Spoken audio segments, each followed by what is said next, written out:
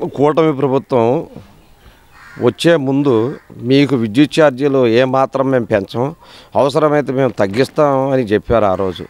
ఆ రోజు చెప్పిన మాటకి కట్టుబడి లేకుండా ఇవాళ ఇప్పటికే 2 సార్లు పెంచారు. ఇప్పుడు పెంచిన గాక ఇప్పుడు అమ్మఒడి కానీ రైతు భరోసా కానీ పేదలకి అందుకోపోగా వాళ్ళు ఇవాళ ఫీజులు కట్టే దాంట్లో ఇబ్బంది పడతా కొంతమంది పిల్లలు ఇవాళ చదువుకు కూడా దూరం అవ్వాల్సింది కాబట్టి కంపల్సరీ తగ్గించాలని మేము కోరుకుంటున్నాం. అయితే గత వైసీపీ హయాంలో 9 సార్లు విద్యుత్ ఛార్జీలు పెంచారు కదా, ఇప్పుడు 2 సార్లే కదా పెంచిందంటూ కూడా కూటమి ప్రభుత్వం అంటున్నమాట, మీరేమంటారు? ఇప్పుడు కూటమి ప్రభుత్వం ఆ రోజు సూపర్ 6లో మేము పెంచేదే లేదు, కరాఖండిగా అవసరమైతే మేము తగ్గిస్తాం అని చెప్పారు కాబట్టి మేము ఈ పోరుబాట పట్టాల్సి వచ్చింది. అంటే ఇప్పుడు ఇలా పెంచుకుంటూ పోవటం వల్ల మరి ప్రజలపైన భారం పడే అవకాశం ఉంది కదా? అవును, భారం పడిద్ది. పడకుండా పెంచకుండా ఉండాలనే ఉద్దేశంతోనే మేము ఈ పోరుబాట కార్యక్రమం ఇవాళ చేపట్టాము. ఎన్నికల ప్రచారాల్లో చంద్రబాబు నాయుడు గారు ఎన్నికల ప్రచారాలు చెప్పుకుంటూ ఉన్నదే కాకుండా తగ్గిస్తాము, రేట్లు అయ్యి పెంచం అంటూ కూడా ఎన్నికల ప్రచారాలు చేశారు కదా చంద్రబాబు నాయుడు. ఇప్పుడు తీరా వచ్చిన తర్వాత పెంచారు. మీ అభిప్రాయం ఏంటంటే మీరేం చెప్తారు? మా అభిప్రాయం ఏంటంటే మీరు సూపర్ 6లో కూటమి ప్రభుత్వం పెట్టింది కాబట్టి మీరు ఆ రోజు చెప్పారు కాబట్టి మీరు పెంచడానికి వీలు లేదని చెప్పి మేము పోరుబాట పట్టినాం. అలాగే రేపు జనవరి 3వ తారీఖు నుంచి ఫీజు రివర్స్మెంట్ మీద కూడా జగన్మోహన్ రెడ్డి ఉద్యమం బాట పట్టడానికి కూడా అతను ఒక కార్యక్రమానికి శ్రీకారం చుట్టబోతున్నారు. ఏమంటారు? మీ అభిప్రాయం ఏంటి? అభిప్రాయం దీంట్లో ఇప్పుడు ఆ రోజు సూపర్ 6లో హామీలో ఆయన పెట్టిన హామీలకి జనం కూడా లోబడి దానికి ఆయనకి నమ్మి ఓట్లు వేశారు కాబట్టి ఆ ఓట్లు వేసిన తర్వాత ఆ సూపర్ 6 హామీలు మొత్తం అమలు చేయకుండా వాళ్ళు నిర్వీర్యం చేసి జనం మీద భారం మోపుతున్నారు. కాబట్టి ఇవాళ సంక్రాంతి తర్వాత వైఎస్ జగన్ గారు పోరుబాట పట్టడానికి కారణము బాగా గట్టిగా ఉంది. ఇలా జగన్మోహన్ రెడ్డి ప్రజల్లోకి రావటం వల్ల మరి వైఎస్ఆర్ కాంగ్రెస్ పార్టీ పుంజుకునే అవకాశం ఉంటుందంటారా? చాలా పుంజుకుంటుంది. ఇప్పటికే 6 నెలలు కాలేదు, 6 ముక్కలుగా వీళ్ళు ఈ కూటమి ప్రభుత్వం ఏ పథకం కూడా అన్ని పథకాలు నిర్వీర్యం చేసి ఒక్క పెన్షన్ ఇవ్వడానికే ఇప్పటికే 1,50,000 పెన్షన్లు తీసేశారు.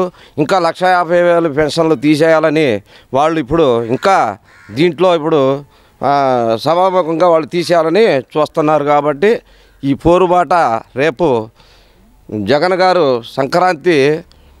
సంక్రాంతిలో పోరుబాట పట్టడానికి సిద్ధంగా రెడీగా అయ్యి కూర్చున్నారు. కాబట్టి పోరుబాట ఖచ్చితంగా పడతాము. ఈ ప్రభుత్వం ఇంతటితో ఆగకుండా వాళ్ళు ఇంకా ఏదైనా చేయాలనుకుంటే పోరుబాట ప్రతిదానికి గట్టిగా పోరుబాట పడతామని చెబుతున్నాం. అంటే ప్రజలకు దగ్గరగా చేరువలాగా వెళ్ళాలని చెప్పేసి జగన్మోహన్ రెడ్డి గారు అంటున్నమాట. 2019 ఎన్నికల్లో పాదయాత్ర అని చెప్పేసి ప్రజల్లోకి వచ్చారు. ఇప్పుడు నిరంతరం ప్రజల్లోకి వెళ్ళబోతున్నాం అంటారు. దీనివల్ల ఇప్పుడు గతంలో 151 సీట్లు గెలిచారు. ఈసారి ఎలా ఉండబోతుందంటే మీరేం చెప్తారు? ఇప్పుడు మేము పోరుబాట పట్టడానికి కారణం కూడా ఇప్పుడు కూటమి ప్రభుత్వమే. దేనివల్ల పడుతున్నాం?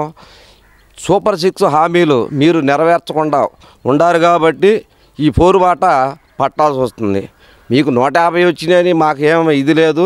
ఇవాళ 150 రావచ్చు, రేపు ఈసారి మాకు 120 రావచ్చు.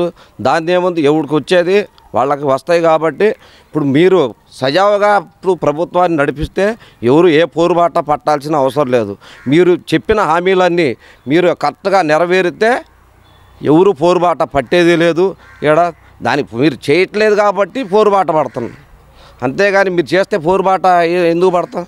అంటే ఇచ్చిన పథకాలకి ఖజానా ఖాళీ లేదు, ఖజానా చూస్తే ఖాళీగా ఉంది. జగన్మోహన్ రెడ్డి పేదలకు ఆ పథకాలు ఈ పథకాలు పెట్టి ఖజానా మొత్తం ఖాళీ చేశాడు, అందుకోసం మేము పథకాలు అమలు చేయలేమంటున్నారు కదా. ఇప్పుడు మా ప్రభుత్వం దిగిపోయేటప్పుడు కూడా ఇంకా 100 కోట్లు ఖజానాలో ఉన్నాయి.